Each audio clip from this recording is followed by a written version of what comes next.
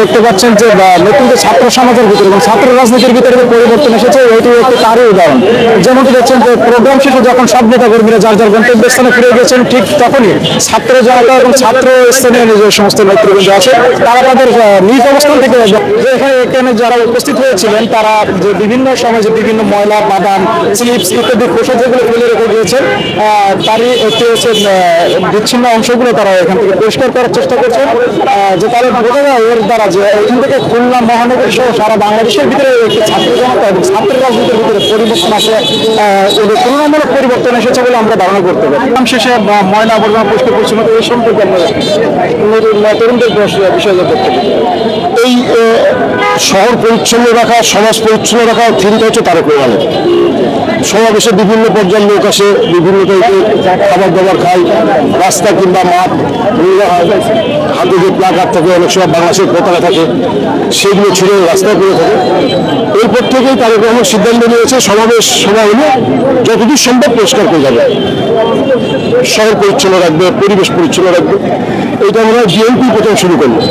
আপনার মনে আছে বিশ্বকাপ খেলার সময় জাপানের সাথে যখন খেলা হচ্ছিল কোনো একটা দেশের, জাপানের খেলা শেষে করে জাপানের দর্শকরা গ্যালারিটা পরিষ্কার করে গেছিল। একটা দেশের পরিচিতি হয় এইরকম কিছু কাজে। আর জনাব তারেক রহমান সেই সকল কাজই আমাদের দেন, ছাত্র দলের ছেলেরা সেই সব কাজই করে। কারণ অতীতের ছাত্রদল আর এখনকার ছাত্রদল, আমরাও ছাত্র রাজনীতি করে আসছি, অনেক পরিবর্তন এসেছে। মেধাবী ছাত্রদের কাছে ছাত্র রাজনীতি গেছে, সামাজিক ভদ্র পারিবারিকভাবে যারা ভাববে তাদের কাছে ছাত্র নেতৃত্ব আসছে। সেই কারণেই তারেক রহমানের ছোট্ট একটা বার্তা সাথে সাথে আসছে।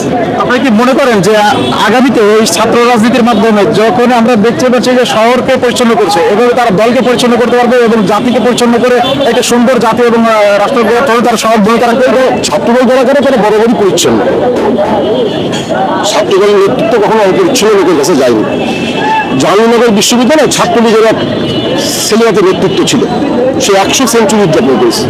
ছাত্রদলের এরকম ছেলে নেই। হ্যাঁ, ছাত্রদলের জেদি ছেলে আছে, রাগী ছেলে আছে, গ্রুপ চিত্রে দাওয়াই যাওয়ার মতন ছেলেরা আছে। আর ছাত্রদল ছাত্রলীগের সাথে পার্থক্যই এখানে। কারণ ছাত্রদল ক্যাম্পাস পরিচ্ছন্ন রাখে, ছাত্র রাজনীতি পরিচ্ছন্ন রাখে। আর এই কারণে ছাত্রলীগের সাথে ছাত্রদলের, আপনি জানেন কিনা জানি না, গত 17 বছরের প্রত্যেকটা কলেজ ক্যাম্পাস ছিল মাদকের বেচা কেনার একটা জায়গা, উত্তম জায়গা।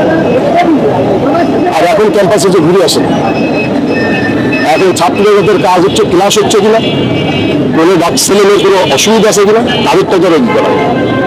পরিবর্তন আসছে, পরিবর্তন শুরু হয়েছে, পরিবর্তন হবে। যদি আপনারা সাথে থাকেন সত্যনিষ্ঠ সংবাদ আপনারা উপস্থাপন করেন।